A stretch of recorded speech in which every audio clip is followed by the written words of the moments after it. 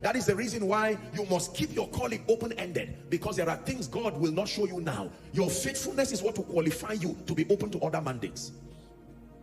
If you were Stephen, you would never know that you would be a mighty person. You would just believe that God sent you to the welfare department, not knowing that that was only a training ground. There was still a greater mandate coming. Why does God add mandates and assignments to people? Number one, because of the unfaithfulness of others.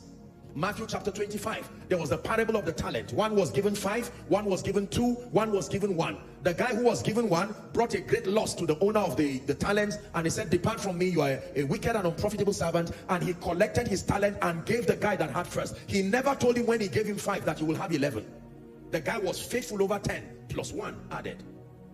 So you will see people walking in dimensions and callings. If God has given you an assignment, for instance, to build one of the best Christian institutions available, and you are careless with that assignment, and there is someone who is faithful in what he's doing and say, "Lord, my heart is still open. Whatever you want to do with me, please do." God will take that bishopric and come and give a faithful person, because God will not allow the children who have been mandated to be raised by your obedience to suffer because of your disobedience. He loves you, but he will take your bishopric and give another. One of the scariest things that can happen to a man is to be alive but not in God's program, especially if you were once there.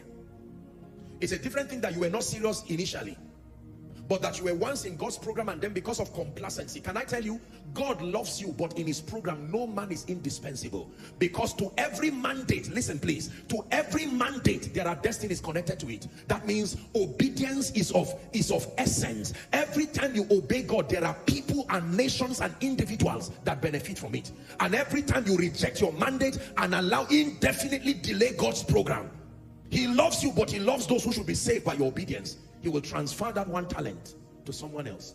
So you are going to see people go for a retreat summoned by God himself, and God will say, "You have been faithful. You were just supposed to start with 1 local assembly, but there is somebody who was supposed to be an apostle over certain territories. He has indefinitely been careless and unfaithful."